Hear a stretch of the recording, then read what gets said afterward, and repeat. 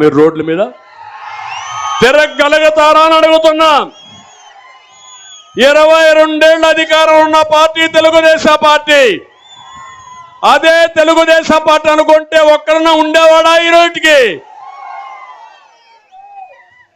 అతన్ని పిలిపించి, ఆ చల్లాబాబు అనే అతన్ని పిలిపించి, నువ్వు కన్ఫెషన్ స్టేట్మెంట్ ఒకటి ఇయ్యి, ఇది చెప్పింది నీకు చేసింది చంద్రబాబు నాయుడు చెప్పాడు కాబట్టి నువ్వు ఆ పేరు చెప్పేసి నిన్ను వదిలిపెడతామని అడిగితే, అంటే నేను భయపడిపోవాలన్నా తమ్ముళ్ళు అని మిమ్మల్ని అడుగుతున్నా.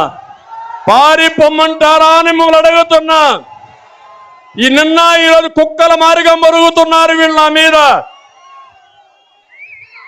నా మీద కావాలని ఎన్ని కేసులు పెట్టారో మీరు చూశారు.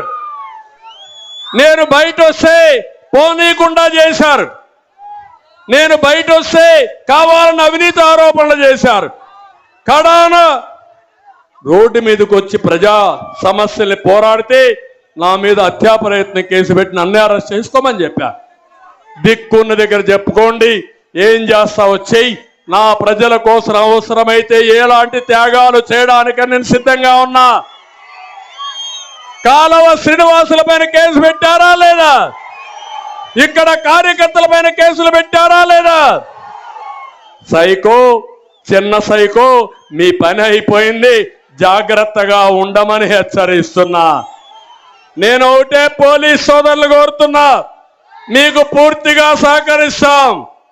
నా పాలన కూడా 14 ఏళ్లు చూశారు, మళ్ళీ 4 నెలల తర్వాత నా పాలనే చూస్తారు. మీరు కాన్ఫిడెంట్ గా చెప్తున్నా, ఈ రాయదుర్గంలో వచ్చేది తెలుగుదేశం పార్టీ అని. అవునా కాదా?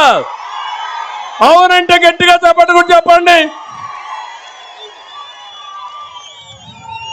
మొన్ననే నా పైన కేసు పెట్టిన ఎస్పీ 4వ తారీఖు ఇన్సిడెంట్ జరిగితే 8వ తారీఖు కేసు పెడతాడు ఆ పెద్ద మనిషి. ఈరోజు ఫుట్బాల్ మారిగా తన్ని